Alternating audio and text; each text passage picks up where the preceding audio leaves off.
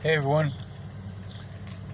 I am going to read an update from my contact in Minnesota, Jim. He's been sending me text messages since January 26th. So I thought I'd catch up on these. Oh God, where do I start?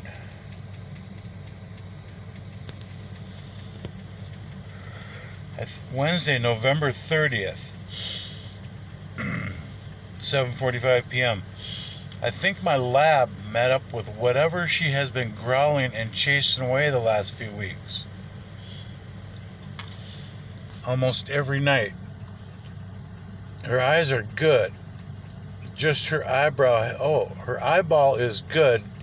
Just her eyebrow has 2 cuts. Maybe she whooped the animal's ass.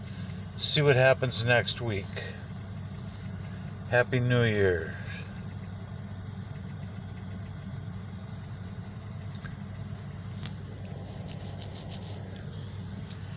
Crazy evening last night. This is Thursday, January 26th, 12:59 p.m. At 8:30, I was in the living room and heard very eerie sounds coming from the garage or just on the outside of the garage. It sounded like a dog in a lot of pain. It was yelping high pitch and sounded like it was being killed. So I looked outside and then realized it was coming from the garage. The cat was on my lap when this happened.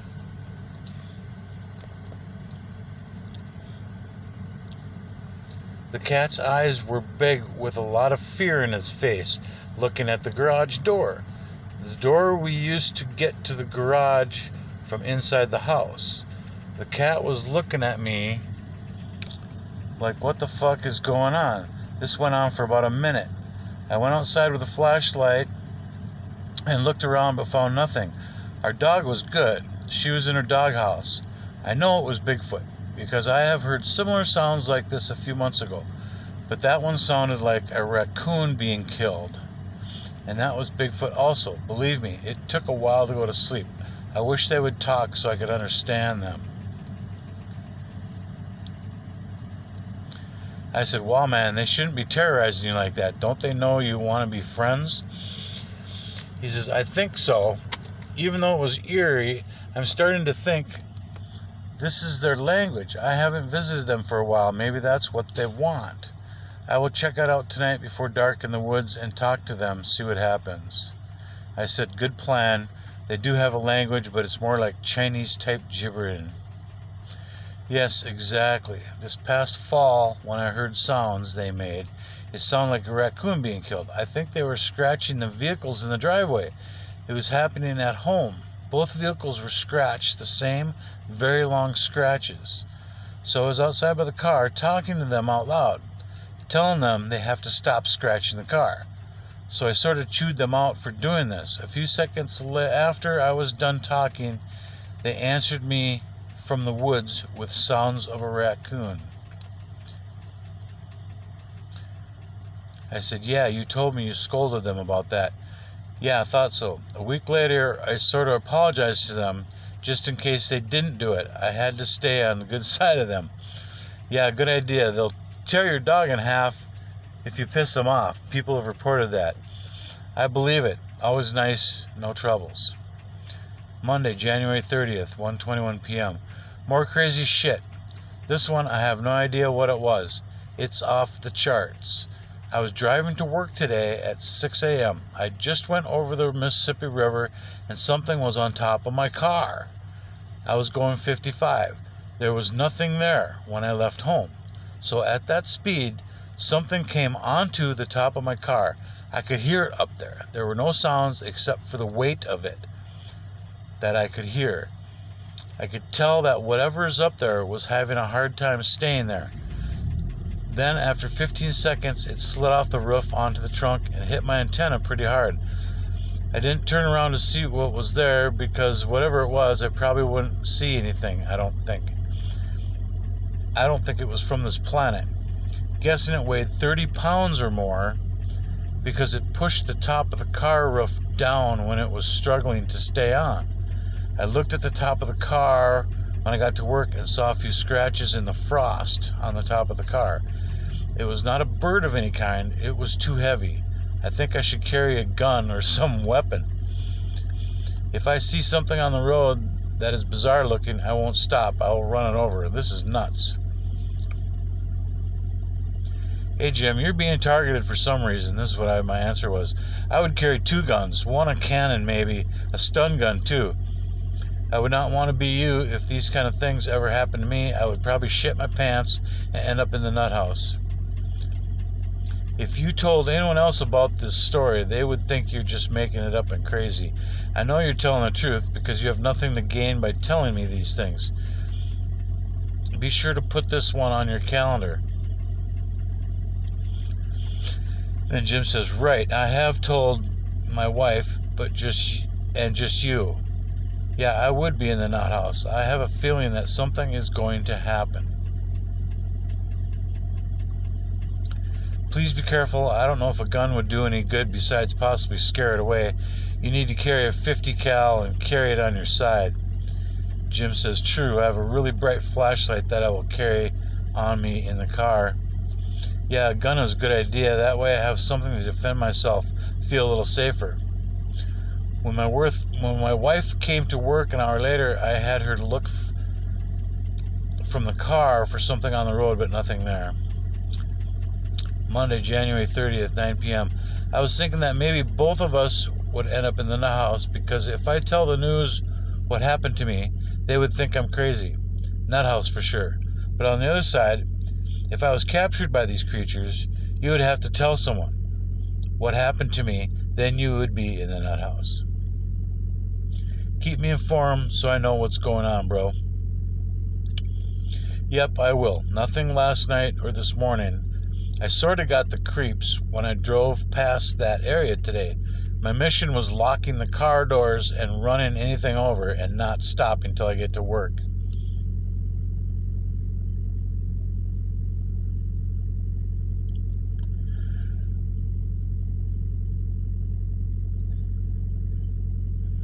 Here's one of these weird pink creatures. I think I took this picture 2 years ago in the summer. It's very common to see this, but only the camera can see it. Yeah, he's getting some like pink worms flying around in the sky in his yard.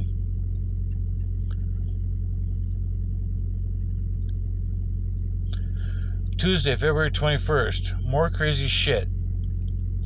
Saturday evening at home, about 1 hour before dark, I was looking out the bathroom window, just looking around, thinking maybe I would see something sooner or later, when I saw a lot of movement in the woods by the bridge.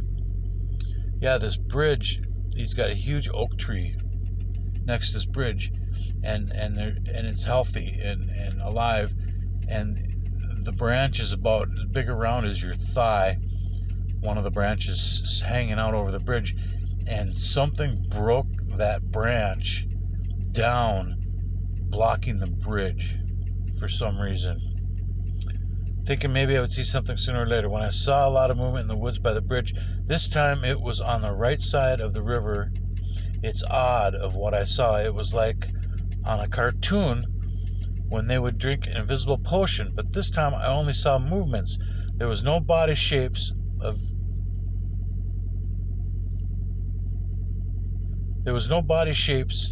of any animal. It was like when you're in the woods and something catches your attention because you saw something, but you don't see anything. A lot of people report that, like the predator type thing, except for a shadow jumping around, but can't make anything out. It was in an area of about 10 yards by 10 yards. I watched for 5 minutes. It was almost dark, so I went outside to see if I could see anything, but did not see anything. Then 10 minutes after dark, our motion light went on. The garage came on about 8 times in a half hour. I looked out, but nothing there. I knew they were there. So the light came on at dark and off again in 3 minutes. They kept tripping the motion sensor on the light. This happened Saturday night and Sunday night. Then last night I could hear one on the porch at the front door. I could hear the porch squeaking. Wow. He's got a lot of shit going on out there, man. I don't know, man. I don't know if I could deal with it. The movement was between 6 and 8 foot tall. Maybe they are starting to let me see them a little at a time so I don't shit my pants. Then I said, wow, Jim, things are getting weird around there. Not that they haven't been weird at all, but yeah, maybe they are working on that. I think so. I haven't tried to communicate with them in a while. I listened to one of my recordings and there is tapping sounds going on steady, like tapping a small stick on something. I don't remember hearing this at all the first time I listened to the recording, and it's very easy to hear the sounds like they are at my side. It sounds like they are at my side. Wow. Keep track of all these things for an email to Steve Isdall. It will help someone who had the same experiences. Yes, it will. I'm keeping track of events. I know it's all real, but it still blows my mind how it's more bizarre. February 22nd, we were talking about catnip for our cats. February 24th, he sent me a YouTube link. There's a story on here. Oh, I sent him this. There's a story on here about something hitting the outside of their house that sounded like a Mack truck. Then he said, I think you got a lot of these. I think you go to a lot of these states. Sunday, April 2nd. It's a lot easier to read our cat when they show up in the yard than the dog. The cat was very verbal and excited to go outside 20 minutes ago. The cat was on the porch looking up at something very tall, all around in a half-circle area. I knew they were there by us, so I whistled a few times, and I heard one take a step in the snow maybe 20 yards away. Then I went to the car to check the oil. While checking the oil, I told them that I would like to see them. Also, that it's okay if they don't want to do that now. While checking the oil, I heard one just feet behind me. Wasn't scared at all. This goes on so much, it's almost like my extended family stopping in. I said, wow, I suppose you're getting used to it now. Yeah, I think I am, but when I finally see one, good chance of shitting my pants. Outside changing the tires on my car, some reason they like to come anytime I'm working on the car. Curious, I guess. See what happens this evening. And then I said, yeah, people find footprints around their cars and handprints on windows a lot. They're very curious about them. It's funny how all the things you tell me are so similar to what other people say.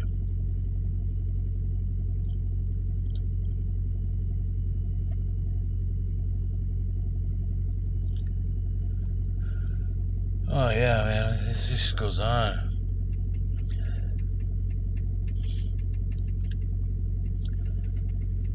And he sent me a recording. I recorded this on the weekend. My shoes are squeaking when I walk. You will hear this. I was in the backyard about 9 p.m. Sasquatch walking in the river. A few or more walking in the dry leaves. This one was tonight. This is Tuesday, just this last Tuesday. You can hear them walking. I was standing still on the front deck recording this. Never moved, so it's easy to hear them at the end of the recording.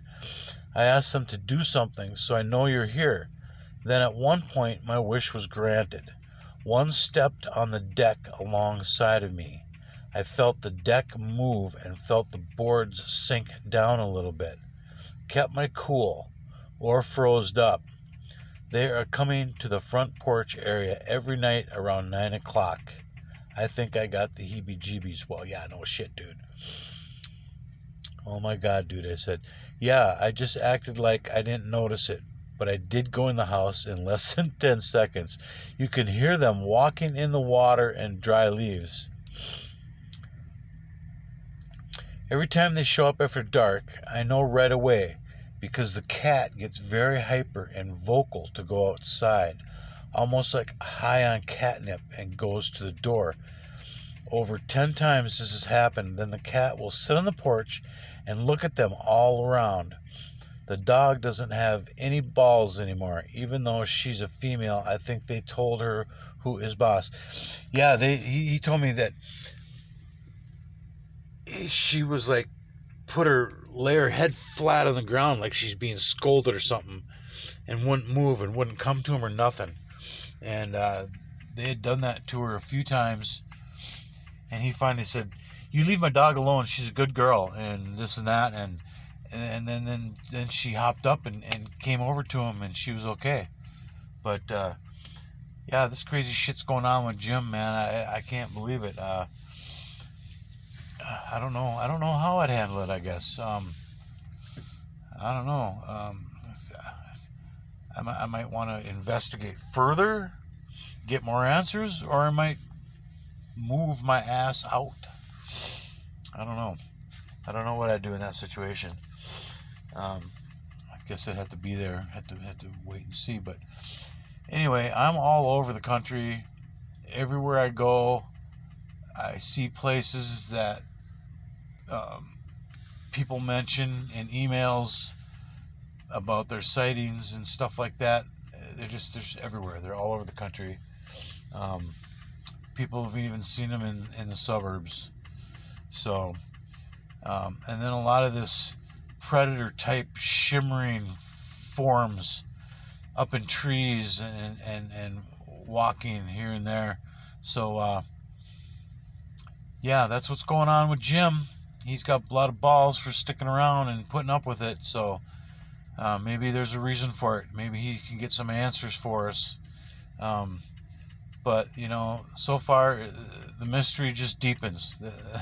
The more you look into it, the crazier things get. Hopefully someday we'll get to the bottom of this. I know the government knows all about them. That's why they don't say a goddamn thing about it. Yeah, you know, like, to stay innocent, just keep your mouth shut, and that's what the government does. So, anyway, trucker's over there sleeping. Hey, baby. Hey, baby. In her little hammock. She's been out to play a couple times today. We were out in the field back behind the truck here, and I seen her looking at something like 50 feet away or so. And I'm like, what? And then I looked and I seen something black. So I started walking that way. Well, she did too. Sure shit, it was a black cat. She took off running after him, man. Chased him, and he ran out between the trucks across the parking lot. And she stopped at the edge of the parking lot. Stayed on the grass. She was a good girl. And then I called her and she came over. But and then I herded her into the truck. But yeah, I thought she was going to chase him all the way to the ends of the earth, man. But she didn't. But yeah, so it was a wild black cat. And so anyway, yeah, we had a good time today. She's got her exercise. She's tired out. It's about 8:30 now. And I'm taking off at 10 p.m. And I'm going to be driving probably 8 or 9 hours all night long. So anyway, Minnesota Sasquatch Trucker at gmail.com and Minnesota Sasquatch Trucker on YouTube. Check it out. Listen to my stories. Most of them are from people that I know personally who have had a sighting or experiences. A couple of them are hunters. One saw one walk right in front of him 30 feet away. Another one had rocks thrown at him. Was blaming his brother-in-law. Another guy had one pushed down on his dome tent when he was backpacking up in Colorado. Another guy I know was hunting elk in Colorado and saw one stand up from behind a pile of brush or a beaver dam or a beaver lodge. And so yeah, none of them are made up. They're all true. Firsthand from people I know personally that told me their stories.